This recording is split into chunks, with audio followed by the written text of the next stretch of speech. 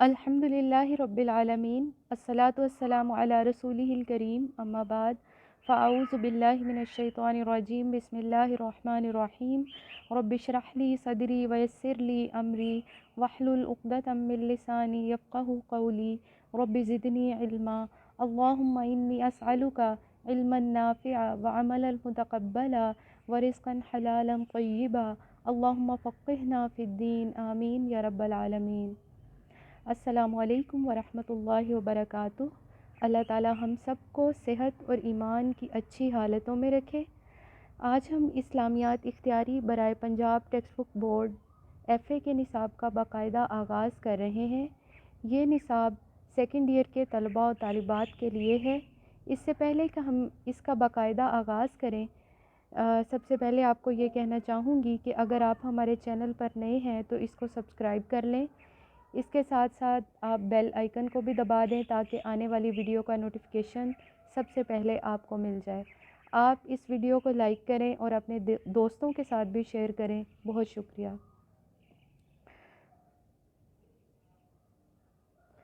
تعارف قرآن حکیم۔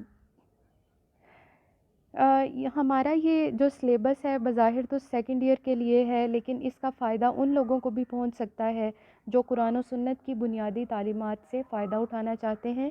اس لیے آپ ہماری یہ جو تعارف قرآن کی ویڈیوز ہیں یہ اپنے دوستوں کے ساتھ بھی شیئر کر سکتے ہیں۔ جزاک اللہ۔ تعارف قرآن حکیم۔ اللہ تعالیٰ نے بنی نوع انسان کو پیدا کر کے یوں ہی نہیں چھوڑ دیا، بلکہ ان کی ہدایت و رہنمائی کے لیے ہر دور میں انبیاء کرام علیہم السلام مبعوث فرمائے۔ انبیاء کرام علیہم السلام میں سے بعض پر آسمانی صحائف اور بعض پر کتابیں نازل فرمائیں، جن میں سے سب سے آخری کتاب قرآن کریم ہے۔ قرآن کریم کے بارے میں سورہ حشر کی آیت نمبر 21 میں ارشاد باری تعالیٰ ہے، لَوْ أَنزَلْنَا هَٰذَا الْقُرْآنَ عَلَىٰ جَبَلٍ لَّرَأَيْتَهُ خَاشِعًا مُّتَصَدِّعًا مِّن خَشْیَةِ اللہِ۔ اگر ہم یہ قرآن پہاڑوں پر نازل کر دیتے تو تم دیکھتے تو کہ یہ کانپ جاتے، لرزنے لگتے اللہ کے خوف سے، یعنی خشیت الہی کے ڈر سے ان پر لرزہ طاری ہو جاتا۔ ناظرین اکرام، ہم دیکھتے ہیں کہ پہاڑوں اور زمین کے بارے میں اللہ تعالیٰ نے یہ بتایا ہے ہمیں کہ جب قرآن اللہ نے پہاڑوں پر یا زمین پر نازل فرمانا چاہا تو انہوں نے اس کی ذمہ داری اٹھانے سے انکار کر دیا، لیکن یہ قرآن انسان کے قلب اطہر پر نازل کر دیا گیا۔ اب بظاہر مضبوط کون ہے، پہاڑ ہے یا انسان ہے؟ بظاہر تو پہاڑ ہی نظر آتے ہیں نا، اونچے لمبے، لیکن اللہ تعالیٰ نے انسان کو علم کی بنیاد پر دوسری تمام مخلوقات پر فضیلت عطا فرمائی ہے۔ انسان کو اشرف المخلوقات بنایا ہے، تمام مخلوقات میں سب سے زیادہ انسان سے محبت کی ہے۔ اب انسان کا کیا فرض بنتا ہے کہ جو بک آف گائیڈنس اللہ نے انسان کو پرووائڈ کی ہے اس کو نہ صرف سیکھے بلکہ اس پہ عمل بھی کرے اور اسے اپنی زندگیوں میں شامل بھی کرے۔ ٹھیک ہے، یہ ہم سب کی بنیادی ذمہ داری ہے کہ ہم قرآن کریم کو اپنی زندگیوں میں، اپنی عملی زندگی میں شامل کریں۔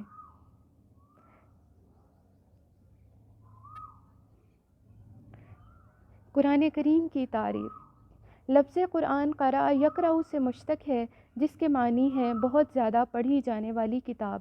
دینی اصطلاح میں قرآن کریم سے مراد ایسی کتاب ہے جو مصاحف میں لکھی گئی ہو اور روح الامین جبرائیل علیہ السلام کے ذریعے رسول اللہ صلی اللہ علیہ وآلہ وسلم پر نازل کی گئی ہو۔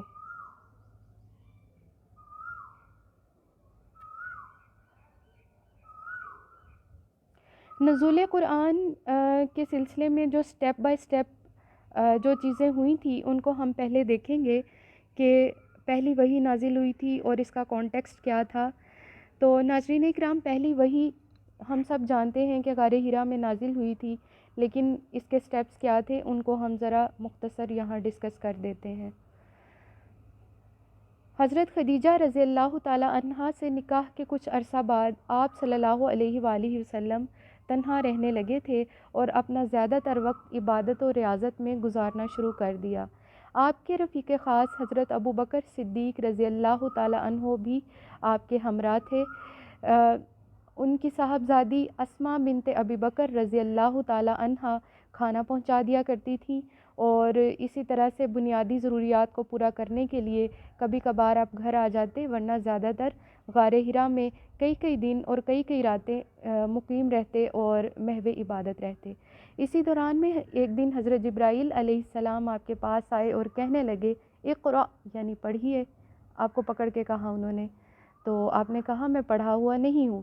پھر سینے سے لگایا اور کہا اقرأ، یعنی پڑھیے۔ آپ نے کہا میں پڑھا ہوا نہیں ہوں۔ پھر چھوڑ کر فرمایا، یعنی سینے سے جب لگایا تب زور سے دبا کر بھی یہی کہا اقرأ، آپ نے کہا میں پڑھا ہوا نہیں ہوں۔ تھرڈ ٹائم جب انہوں نے چھوڑ کے یہ آیات تلاوت کی، اقرأ بسم ربک الذی خلق خلق الانسان من علق اقرأ وربک الاکرم الذی علم بالقلم علم الانسان ما لم یعلم، پڑھیے اپنے پروردگار کے نام سے جس نے آپ کو پیدا کیا اور جس نے انسان کو جمے ہوئے خون سے پیدا کیا۔ پڑھیے کہ آپ کا رب بہت کریم ہے جس نے انسان کو اقرأ وربک الاکرم الذی علم بالقلم، جس نے انسان کو قلم کے ذریعے علم سکھایا اور جس نے انسان کو وہ کچھ سکھایا جو وہ نہیں جانتا تھا۔ ناظرین اکرام، تبلیغ اسلام کے اس عظیم تجربے اور اس طرح سے وحی الہی کے اچانک نازل ہو جانے پر آپ صلی اللہ علیہ وآلہ وسلم بہت زیادہ ڈر گئے تھے۔ آپ نے گھر جا کر سارا ماجرا حضرت خدیجہ رضی اللہ تعالی عنہا سے کہہ سنایا اور آپ نے ان کو تسلی دی۔ ہم دیکھتے ہیں کہ پہلے جب آپ صلی اللہ علیہ وسلم ان کے اپنے گھر گئے، جا کے کہا، بہت زیادہ خوف آپ پہ طاری ہو گیا تھا اور کہا کہ مجھ پر چادر اڑا دو۔ جب طبیعت ذرا سنبھلی تو سارا معاملہ اپنی بیوی سے کہہ سنایا، اور کسی بھی اچھی بیوی کی یہ نشانی ہوتی ہے کہ جب اس کا شوہر پریشان ہو یا کسی مشکل میں مبتلا ہو تو وہ اسے تسلی دیتی ہے۔ تو حضرت خدیجہ رضی اللہ تعالی عنہا نے بھی ایسا ہی کیا، اور رسول اللہ صلی اللہ علیہ وآلہ وسلم کو یہ کہہ کے تسلی دی کہ آپ پریشان نہ ہوں، آپ محتاجوں کی مدد کرتے ہیں، آپ محتاجوں کی مدد کرتے ہیں، غریبوں کی بھی مدد کرتے ہیں، اور مہمانوں کی مہمان نوازی کرتے ہیں، اللہ آپ کو کبھی رسوا نہ کرے گا۔ یہ کہہ کر اپنے چچا زاد ورقہ بن نوفل کے پاس لے گئیں جو تورات اور انجیل کے عالم تھے۔ ان کے سامنے یہ سارا معاملہ بیان کیا تو انہوں نے یہ کہا کہ یہ وہی ناموس یعنی فرشتہ ہے جو اللہ تعالیٰ کے حکم سے حضرت موسیٰ علیہ السلام پر نازل ہوتا تھا۔ کاش میں اس وقت زندہ ہوں جب یہ قوم آپ کو وطن سے نکال دے گی۔ ٹھیک ہے، تو یہ تھا پہلی وحی کا واقعہ جو کہ میں نے مختصراً آپ کے سامنے بیان کر دیا ہے۔ اب اگلا سٹیپ جو ہے نزول قرآن کے ادوار۔ نزول قرآن کے 3 ادوار ہیں۔ پہلا دور لوح محفوظ میں، اسکالرز بیان کرتے ہیں کہ قرآن کریم کو سب سے پہلے اللہ تعالیٰ نے لوح محفوظ میں لکھ کر رکھ لیا تھا اپنے پاس، یعنی سیو کر لیا تھا۔ اس کی دلیل کیا ہے؟ سورہ بروج کی آیت نمبر 21 اور 22، بل ہوا قرآن مجید فی لوح محفوظ، بلکہ یہ قرآن بزرگی والا ہے، لوح محفوظ میں ہے۔ ٹھیک ہے، اس کے بعد بیت العزہ پر یعنی آسمان دنیا پر، اس کی دلیل سورہ قدر کی آیت نمبر 1، انا انزلناہ فی لیلۃ القدر، بے شک ہم نے یہ قرآن لیلۃ القدر میں نازل فرمایا۔ اس کے بعد تیسرا سٹیپ رسول اللہ صلی اللہ علیہ وآلہ وسلم کے قلب اطہر پر، اس کی دلیل انا انزلنا الیک الکتاب لتحکم بین الناس ما اراک اللہ، سورہ نساء کی آیت نمبر 105 ہے یہ، انا انزلنا الیک الکتاب، بے شک ہم نے یہ کتاب آپ کی طرف نازل کی ہے، بالحق کی حق کے ساتھ، لتحکم بین الناس تاکہ آپ فیصلہ کر سکیں لوگوں کے درمیان، ما اراک اللہ ساتھ اس کے جو اللہ نے آپ کو سکھایا۔ ٹھیک ہے، اور اس کے بعد ہم دیکھتے ہیں اگلا سٹیپ،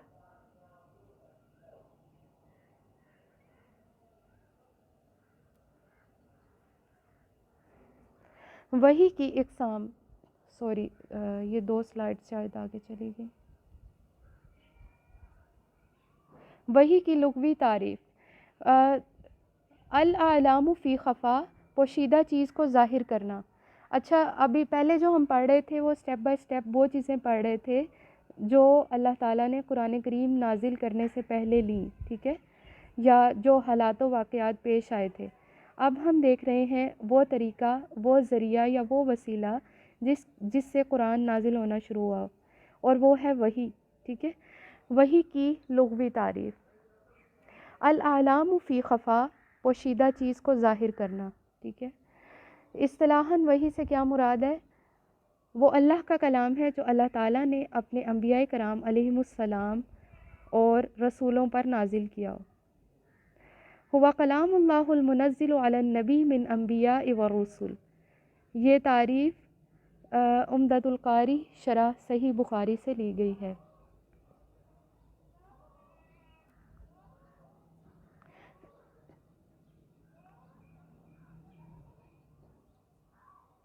وحی کی اقسام، اس کی دو قسمیں ہیں، وحی مطلوع، وحی غیر مطلوع. وحی مطلوع یعنی جس کے الفاظ اور معنی دونوں واضح ہوں، جس کی تلاوت کی جاتی ہو، جیسا کہ قرآن حکیم. جبکہ وحی غیر مطلوع سے مراد وحی کی وہ قسم ہے جس میں الفاظ اور مضامین رسول اللہ صلی اللہ علیہ وآلہ وسلم پر واضح کر دیے جاتے ہوں اور آپ صحابہ کرام کے سامنے ان کی وضاحت فرماتے ہوں، جیسے کہ حدیث قدسی.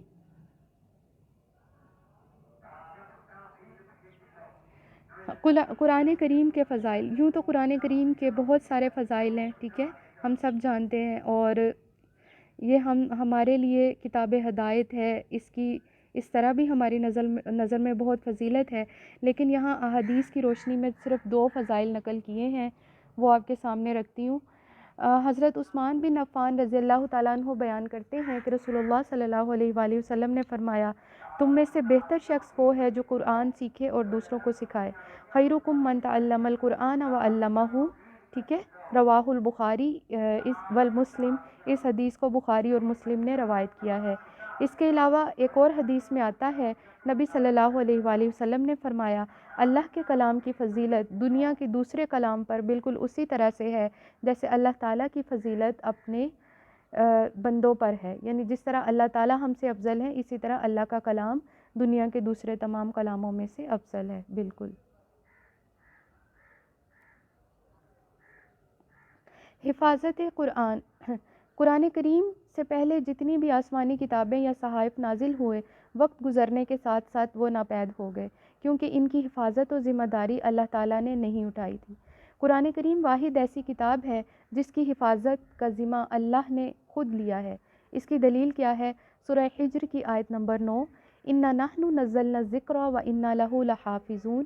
بے شک ہم نے ہی اس ذکر یعنی قرآن کو نازل کیا ہے اور ہم ہی اس کے محافظ ہیں. جمع و تدوین قرآن. کلاس یہ ایک بہت لمبا ٹاپک ہے، لیکن اس کو میں مختصراً آپ کے سامنے بیان کرنے کی کوشش کرتی ہوں.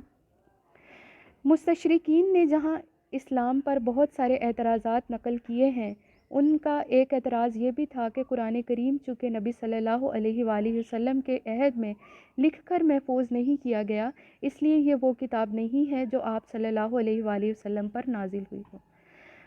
اس کا جواب یہ ہے کہ رسول اللہ صلی اللہ علیہ وآلہ وسلم پر جب بھی وحی نازل ہوتی، آپ کو فکر لاحق ہو جاتی کہ آپ وہ لکھوا دیں، یعنی لکھوانے کی فکر لاحق ہو جاتی. ٹھیک ہے، اس کے لیے آپ کاتبین وحی صحابہ اکرام کا انتظام فرماتے اور کاتبین وحی آپ سے وحی کی آیات سنتے اور اسے لکھ لیا کرتے تھے.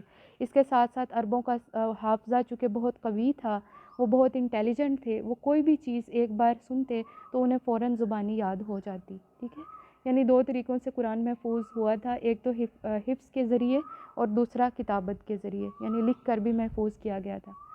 اس دور میں چونکہ سامان کتابت کا فقدان تھا، یعنی لکھنے کے لیے چیزیں دستیاب نہیں تھیں، اس لیے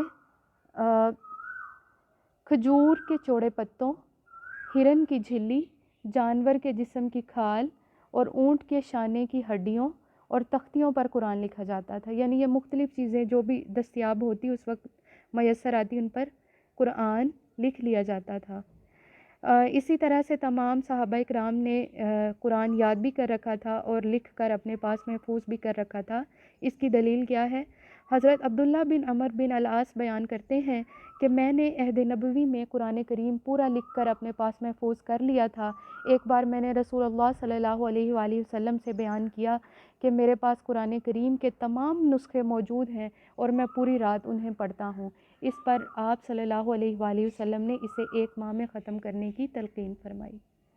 ٹھیک ہے نا، یعنی قرآن کریم سیف تھا اس وقت بھی۔ ایک اور دلیل ہے، حضرت عمر بن خطاب رضی اللہ تعالیٰ عنہ کے بارے میں ہم پڑھتے ہیں کہ حضرت عمر بن خطاب جو تھے وہ بعد میں مسلمان ہوئے تھے، پہلے انہوں نے اسلام کی مخالفت کی تھی، رسول اللہ صلی اللہ علیہ وآلہ وسلم کی دعا سے مسلمان ہوئے تھے، اس لیے آپ صلی اللہ علیہ وآلہ وسلم کے دین کی بھی کھلم کھلا مخالفت کر رہے تھے۔ ایک مرتبہ وہ اپنی بہن کے گھر گئے، انہوں نے کچھ اوراق دیکھے جن پر بہن اور بہنوئی تلاوت کر رہے تھے۔ وہ اوراق چمڑے کے لکھے ہوئے تھے، یعنی جو چمڑے سے اوراق کوئی بنے ہوں گے ان پر قرآن لکھا ہوا تھا۔ آپ نے پکڑ کر وہ اوراق چاک کر دیے کیونکہ آپ مخالفت کر رہے تھے اسلام کی۔ یہ بھی دلیل ہے کہ اس دور میں قرآن لکھا جاتا تھا۔ بہرحال عہد صدیقی میں قرآن کریم کس طرح سے محفوظ کیا جاتا تھا؟ حضرت ابو بکر صدیق کے عہد میں سب سے پہلے تو یہ ہوا کہ بہت سارے قبائل مرتد ہو گئے، یعنی اسلام سے انکار کر دیا۔ پہلے دائرہ اسلام میں داخل ہوئے تھے عہد نبوی میں، لیکن بعد میں انہوں نے انکار کر دیا۔ ان کے خلاف بھی جہاد کرنا تھا، اور اس کے علاوہ جھوٹے مدعیان نبوت کے خلاف بھی جہاد کرنا تھا۔ اس وجہ سے آپ اس کام میں بہت زیادہ ابتداءً تو توجہ نہ دے سکے، لیکن جھوٹے مدعیان نبوت کون کون سے تھے ہم جانتے ہیں نا؟ مسیلمہ کذاب، سجا بنت حارث تھی، اور مسیلمہ کذاب تھا، سجا بنت حارث تھی، اور اسود انسی تھا۔ سجا بنت حارث اور مسیلمہ ان دونوں نے شادی کر لی تھی۔ اسود انسی کے بارے میں آتا ہے کہ بعد میں اس نے شاید توبہ بھی کر لی تھی۔ اب مسیلمہ کے خلاف جو تھی نا جنگ یمامہ ہوئی تھی، جس میں 1200 صحابہ کرام شہید ہو گئے تھے، ان میں سے اکثر صحابہ کرام حفاظ تھے۔ پھر مسلمانوں کو یہ فکر لاحق ہوئی کہ اگر اسی طرح سے صحابہ کرام جام شہادت نوش فرماتے رہے تو قرآن کریم ایک دن ہم سے چھن جائے گا۔ اس کی فکر فاروق اعظم نے امیر المؤمنین یعنی حضرت ابو بکر صدیق رضی اللہ تعالیٰ عنہ کے سامنے یہ بات واضح کی کہ اس طرح نہ ہو جائے، تو اس کے جواب میں آپ نے یہ فرمایا کہ جو کام رسول اللہ صلی اللہ علیہ وآلہ وسلم نے نہیں کیا وہ میں کیوں کروں؟ پھر اللہ تعالیٰ نے ان کے دل کو اس کام کے لیے کھول دیا، اور آپ نے اس عظیم ذمہ داری کو انجام دینے کے لیے زید بن ثابت انصاری رضی اللہ تعالیٰ عنہ کو مقرر فرمایا، جنہوں نے بڑی احتیاط اور تحقیق کے ساتھ قرآن کریم کے تمام نسخوں کو اکٹھا کیا اور ایک جلد یعنی ایک مجلد صورت اس کی تیار کی۔ اب اس سے کیا پتہ چلا؟ پہلے عہد نبوی میں قرآن اکٹھا تو ہو گیا تھا، نسخے لوگوں کے پاس موجود تھے، لیکن مجلد صورت نہیں تھی۔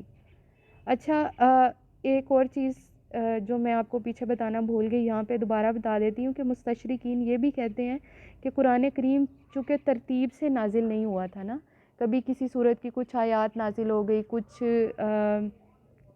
حصے نازل ہو گئے، تو تھا بھی مختلف جگہوں پہ لکھا ہوا، تو یہ کیسے پتہ چلے گا کہ قرآن کریم کی کون سی صورت کہاں پہ آنی ہے، کون سی آیت کہاں پہ آنی ہے؟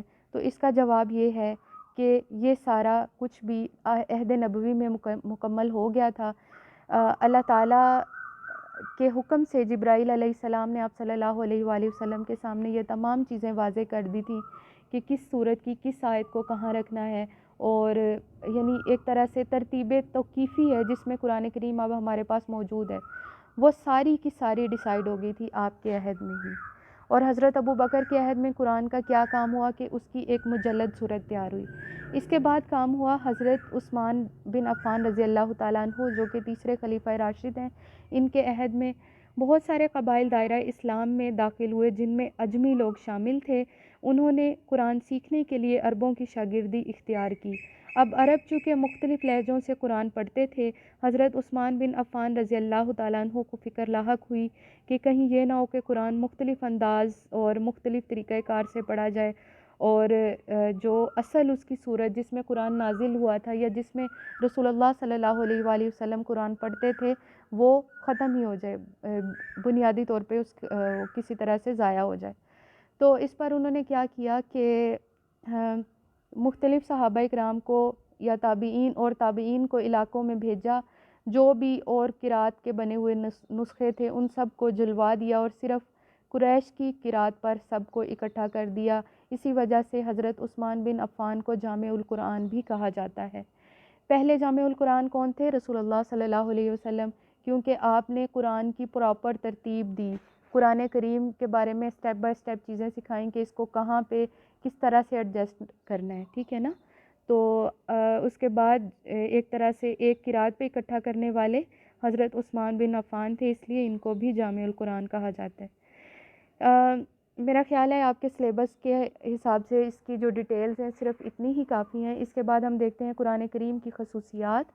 فصاحت و بلاغت۔ قرآن کریم فصاحت و بلاغت کا شاہکار ہے۔ اہل عرب جو کہ اپنی زبان دانی پر ناز کرتے تھے، وہ بھی اس کے مقابلے میں کوئی کلام نہ لا سکے۔ ان کو چیلنج دیا گیا تھا نا، سورہ بقرہ میں آگے آپ جا کے پڑھیں گے، وَإِن كُنتُمْ فِي رَيْبٍ مِّمَّا نَزَّلْنَا عَلَىٰ عَبْدِنَا فَأْتُوا بِسُورَةٍ مِّن مِّثْلِهِ وَادْعُوا شُهَدَاءَكُم مِّن دُونِ اللَّهِ إِن كُنتُمْ صَادِقِينَ۔ اگر تم وَإِن كُنتُمْ فِي رَيْبٍ مِّمَّا نَزَّلْنَا عَلَىٰ عَبْدِنَا، اگر تم اس کلام کے بارے میں کسی قسم کے بھی شک و شبہ کا شکار ہو جو ہم نے اپنے بندے محمد صلی اللہ علیہ وآلہ وسلم پر نازل کیا ہے، تو اس جیسی کوئی ایک صورت یا آیت ہی بنا لاؤ، اور اس کام کے لیے تم اپنے معاون و مددگار لوگوں کو بھی بلا لاؤ اگر تم سچے ہو تو۔ مگر وہ ایسا نہ کر سکے تھے، کیونکہ کلام اللہ ایک طرف اور دنیا کا لٹریچر ایک طرف، چاہے وہ جتنے مرضی فصیح و بلیغ ہوتے، لیکن اللہ کے کلام کے آگے وہ بھی عاجز آ گئے تھے۔ تکرار الفاظ، ریپیٹیشن۔ اس میں آپ دیکھیں کہ سب سے پہلے تو ہم یہ دیکھیں کہ اس میں ریپیٹیشن کیوں ہوتی ہے۔ حضرت آدم علیہ السلام اور ابلیس کا قصہ سورہ بقرہ میں بھی آ رہا ہے۔ ہم جب پڑھتے ہیں تو ہمیں لگتا ہے یہ پہلی بار نازل ہوا ہے، اس کے بعد جب کہیں اور پڑھتے ہیں پھر بھی ایسا ہی محسوس ہوتا ہے، ٹھیک ہے۔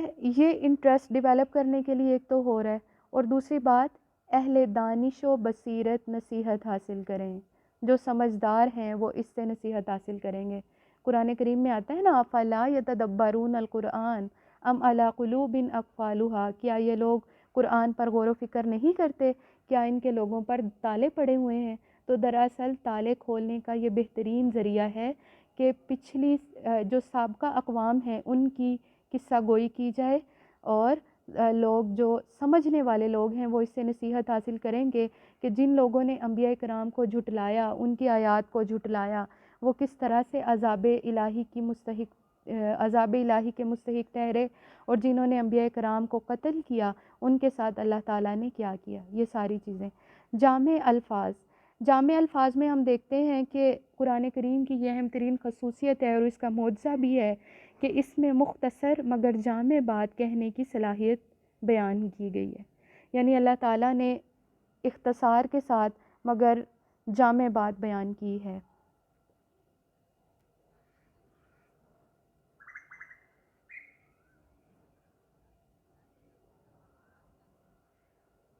اس کے بعد ہم دیکھتے ہیں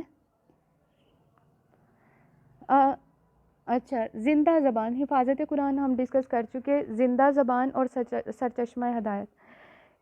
آسمانی کتابیں پہلی جتنی بھی نازل ہوئی ہیں ان کی زبانیں اب ناپید ہو چکی ہیں۔ اس کی دلیل کیا ہے؟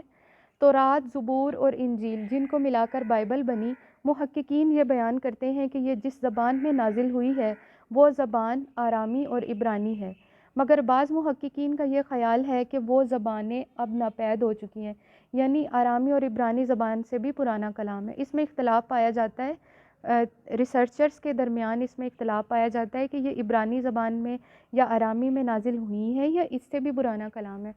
بہرحال قرآن کریم جس زبان میں نازل ہوا ہے یعنی عربی میں، اس کو جو اہمیت اس زمانے میں حاصل تھی وہی اس زمانے میں بھی ہے۔ آج بہت سارے اسلامی ممالک کی زبان، نیشنل لینگویج جو ہے وہ عربی ہے۔ اگر کسی اسلامی ملک کی قومی زبان عربی نہیں بھی ہے تو بھی عربی کو ایک خاص اہمیت حاصل ہے اور عربی سیکھنے پر خاص زور دیا جاتا ہے جناب۔ سرچشمہ ہدایت۔ قرآن کریم زندگی اس قرآن کریم میں زندگی کا مکمل ضابطۂ حیات موجود ہے. زندگی کے تمام موضوعات سے متعلق اس سے رہنمائی حاصل کی جا سکتی ہے، خواہ وہ عبادات ہوں، معاملات ہوں، یا حقوق العباد، یا جو بھی ہمارے جو موضوعات ہیں ان سے ریلیٹڈ رہنمائی ہمیں قرآن کریم سے مل سکتی ہے.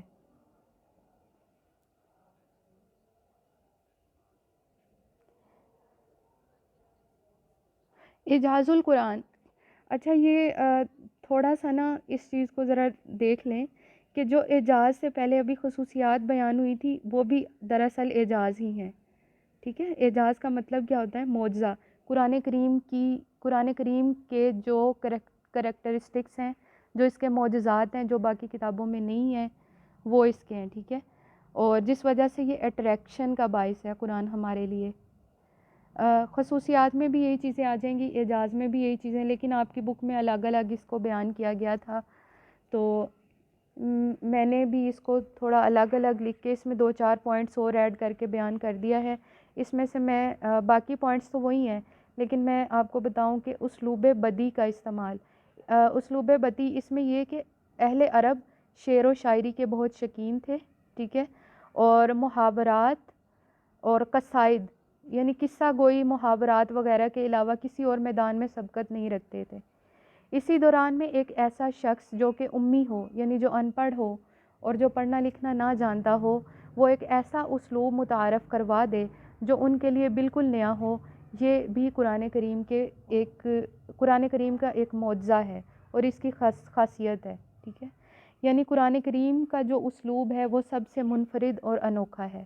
ٹھیک ہے، آگے اسلوب بیان. اسلوب بیان بالکل آسان اور سادہ ہے، عام فہم ہے، سب کے لیے آسان ہے، ہر بندہ اس کو سمجھ سکتا ہے اور سمجھ کر پڑھ سکتا ہے. ایسا نہیں ہے کہ صرف اس کو انٹیلیجنٹ لوگ ہی سمجھ سکتے ہیں، بلکہ یہ بہت عام فہم الفاظ میں بیان ہوا ہے، سب کے لیے سمجھنے میں آسانی ہے اس کے لیے. سابقہ اقوام کی قصہ گوئی یہ ہم لوگ بیان کر چکے ہیں. آگے جاتے ہیں.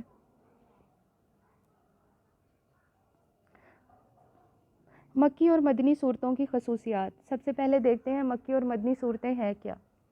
وہ صورتیں جو مکہ میں نازل ہوئی ہوں اور وہ صورتیں جو ہجرت مدینہ سے پہلے نازل ہوئی ہوں، مکہ میں نازل ہوئی ہوں، مکی صورتیں کہلاتی ہیں. قرآن کریم میں ان کی تعداد 87 بیان کی گئی ہے. ٹھیک ہے، یعنی 87 ان کی تعداد ہے. اور وہ صورتیں جو مدینہ میں نازل ہوئی ہوں ہجرت مدینہ کے بعد، خواہ وہ مدینہ میں یا مدینہ کے باہر نازل ہوئی ہوں، مدنی صورتیں کہلاتی ہیں. ان کی تعداد 27 ہے. اسی طرح سے بعض صورتیں ایسی بھی ہیں جن کی بعض آیات مکہ میں اور بعض مدینہ میں نازل ہوئی ہوں. اب ان میں یہ کنفیوژن آپ کو آئے گی کہ ان میں مکی کون سی ہیں اور مدنی کون سی ہیں.